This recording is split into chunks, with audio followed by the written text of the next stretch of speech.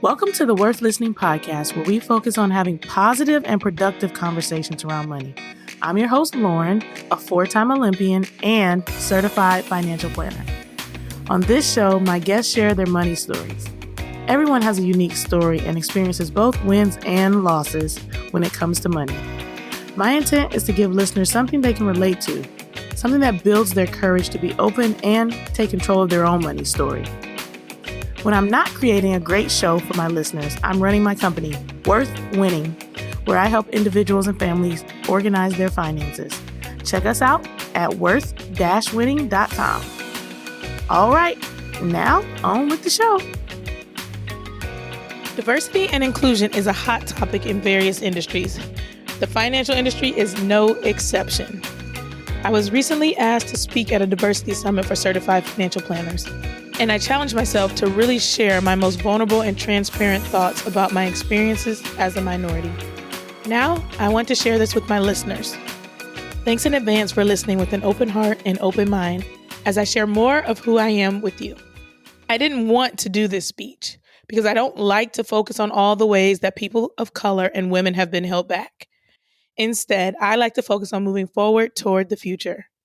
However, if I'm honest, I know that I'm long overdue for dealing with the feelings that overtake me every time someone broaches the subject of diversity. Outwardly, my attitude is I just happen to be female and Black. But internally, there are many conversations being had about the responsibilities I have simply because of my gender and my race. I am so much more than a Black female. Who am I? Well, I'm an early bird, and I have been my whole life. I'm that kind of girl that your mom never had to wake up for school. I was already up, dressed, and ready to go. I'm also a Law and Order fanatic, and the best dog mom a Great Dane could ever have. I love to cook, but I hate cleaning up afterwards. Oh, and I'm a 4-time Olympian, who just happens to be the first American woman to earn a medal in both the Summer and Winter Olympics.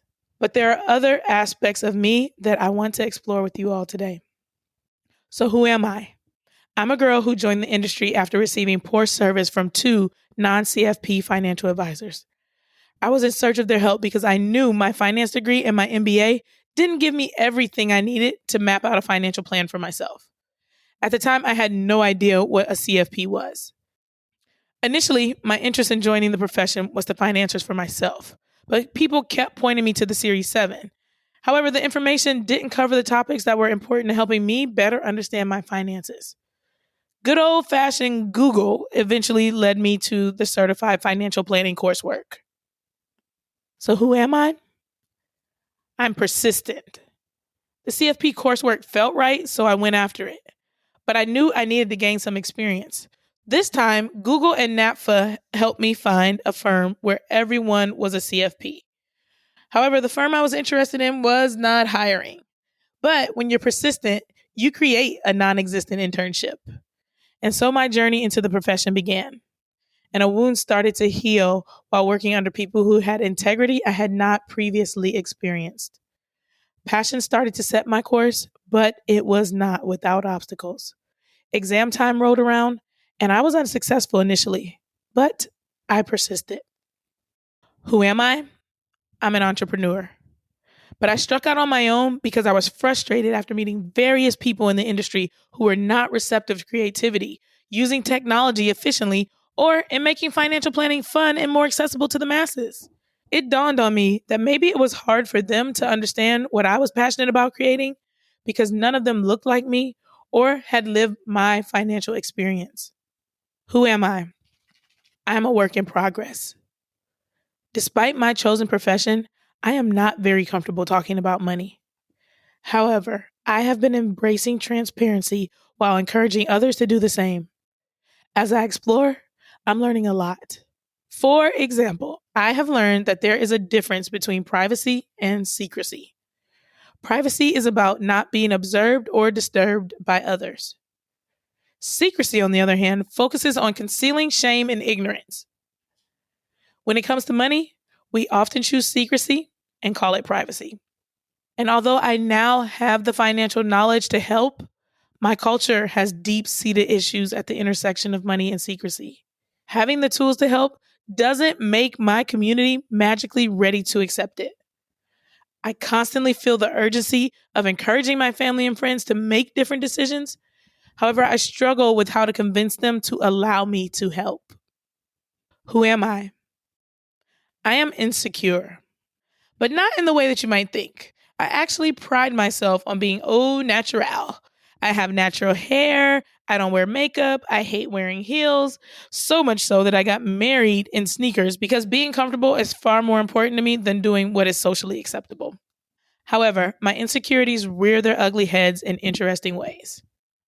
I'm insecure about not being black enough.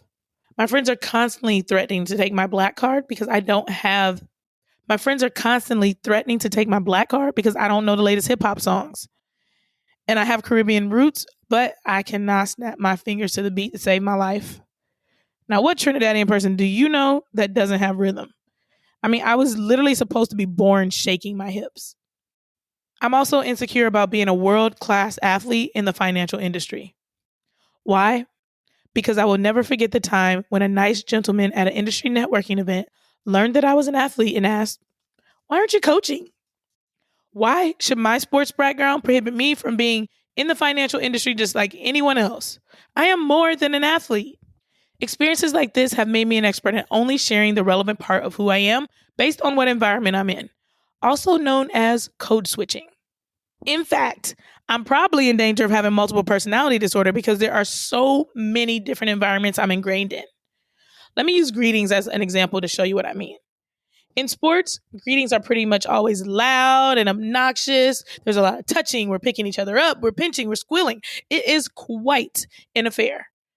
But if you ran into me in Detroit, or if I was talking to some of my friends in Detroit, I would say, "What up, doe?" And when I'm in Florida, hanging out with my University of Miami buddies, or just with other friends and family in that area, I say, "What they do?" Now, when I'm not in a familiar environment, I'm going above and beyond to speak before spoken to and to articulate each word clearly. Even on an elevator, I'm trying to strike a polite conversation. Why is this so important to me? Because I am the example for others who may not know or believe that people like me can put a sentence together or be polite. Who am I? I'm a black woman married to a white man. You want to have to take a hard look at racial differences and better understand cultural diversity? Go ahead and marry outside your race. I have finally started to accept that many people will be perplexed when they meet my husband for the first time. There is nothing I can do about it. And I often wish I were invisible when I walk past black men with him. Now, my rational brain knows it would be impossible for me to have married every black man on the planet.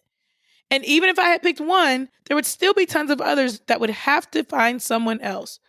However, I'm having a constant conversation with myself to stop worrying about the side eyes and the murmurs that people are going to judge. This is my life and my love. Additionally, I deal with insecurity about being married to a white guy who does well for himself. When I was in the top tax bracket on my own, I felt the pressure to show others that people of color can succeed. Now, as a married woman, I feel the pressure to keep up, to show people I did not marry up, even though no one can actually see who contributes what to our household. I am extremely blessed, but experiences, resources, and opportunities available to me simply because of my tax bracket make me painfully aware of the racial wealth divide, and I feel guilty to be the exception to the rule. Who am I? I'm confused. Confused because joining the financial industry is the first time that my gender and race have needed to be a topic of discussion in my life. I was the only black girl in my graduating class, and I was the class president all 4 years. And while equity and inclusion in sports is still an issue, people of diverse backgrounds are present. So my personal experiences don't make me feel like being a minority has held me back from achieving. And I'm perplexed about why, in 2019, it is notable that I'm in financial services. In sports, we have moved on to addressing things like the gender pay gap. In financial services, we're 23% women and 3.5% people of color. In 2019, We should be tackling a more complex set of issues instead of the diversity discussion being in its infancy. I'm also confused about why I am being asked to wave the triple minority flag. Why does being me come with the responsibility of spearheading a movement? I would say it doesn't and shouldn't. So who am I? I am a part of the solution. Other minorities and I are not meant to carry the burden of diversifying the industry alone. I wasn't sure about doing this speech, but I do understand that the more stories told, the better chance we have of making a change. And I want to let everyone, let me repeat, everyone, minority or not, know that it is okay to be intentional about this effort. And while we need more women and people of color for sure, this change needs to be about more than embracing surface level diversity. Each of us is much more than our most prevalent characteristic. So when you look at someone, do not just take them at face value, because people are not one-dimensional. Our solutions should not be one-dimensional. Solutions should consider all that anyone brings to the table. Take interest in learning more about what is on the inside. If you have suggestions for guests or would like to share your own money memoir, do not hesitate to reach out to us at our website, worth-listening.com. That's all for now.